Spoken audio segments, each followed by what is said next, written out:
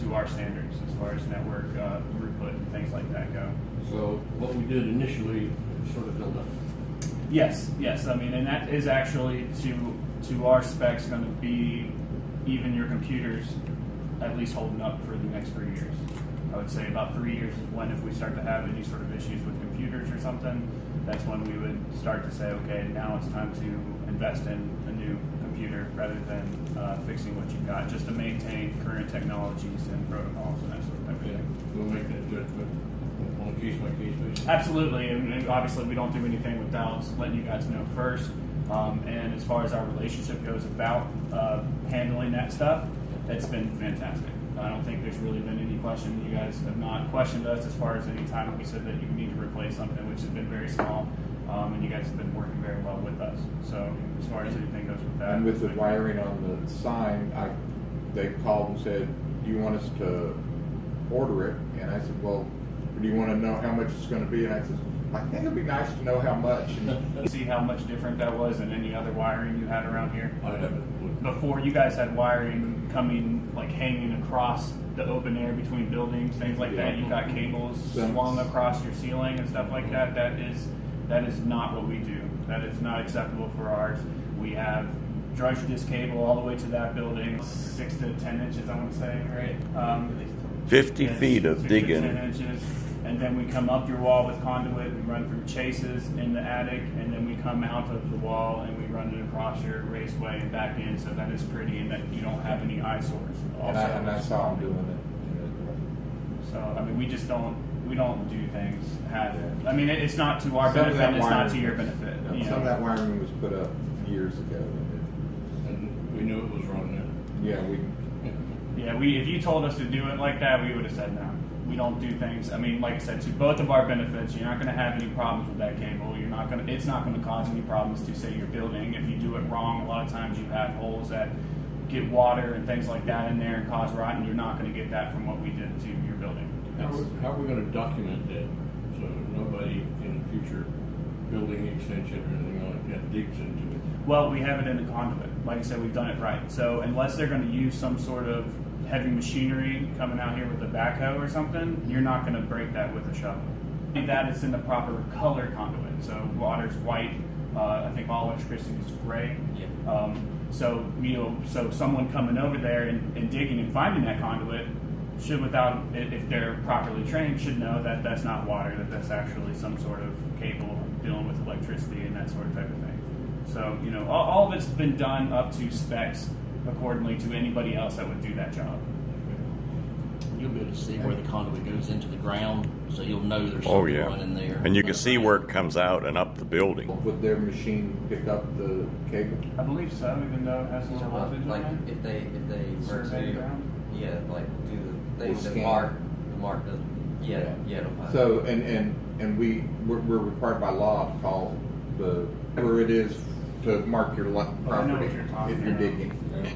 Call before you dig. Yeah, and we did that on the sign installation here and the sign installation there. acknowledged by Microtik, and he has been known about it for over a year, and is now coming out really honestly to the public.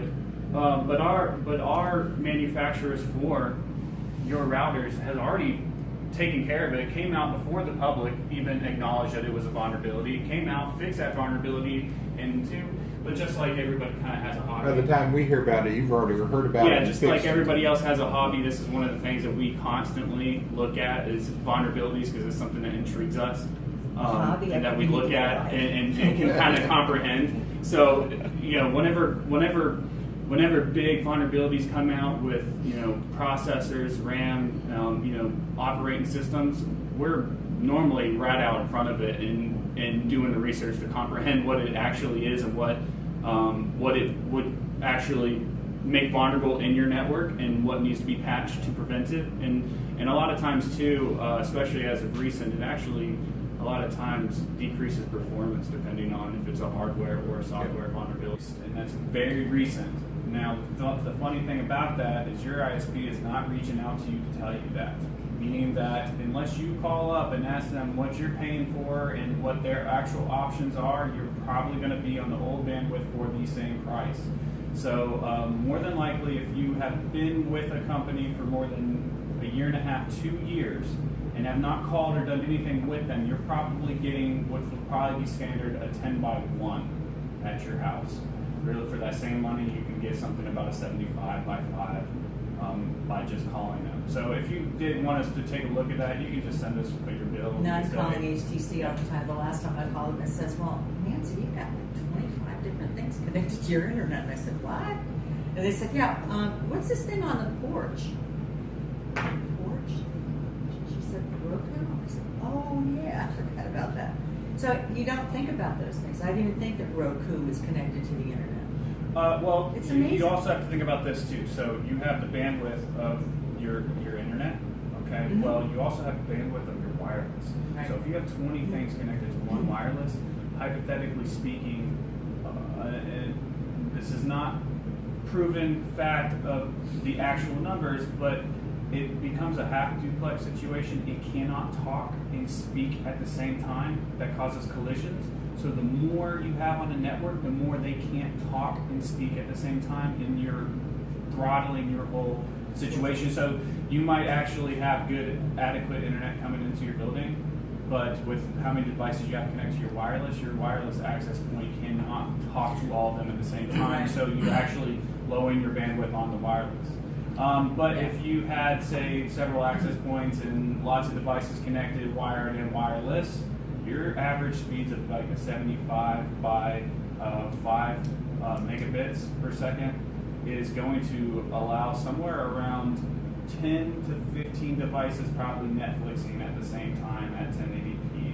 So that is, once again, that's huge compared to 2 to 3 back at 10 by 1. Yeah. I'll So have to check your and see standards that. are probably, if they're just surfing the network and not all doing Netflix, with your bandwidth at 75.1, which is your standard, or 75.5, that's plenty. You're not going to exceed that by how many users, unless you have users doing things like peer-to-peer network sharing or something, which is still bandwidth from everybody else. But here in the church, though, that should not be an issue, though. You No, have once a again, bunch our- of people on your I'm talking on the Wi-Fi, though, here in the church. No. We don't, most of the work that we do in the church is not on the internet.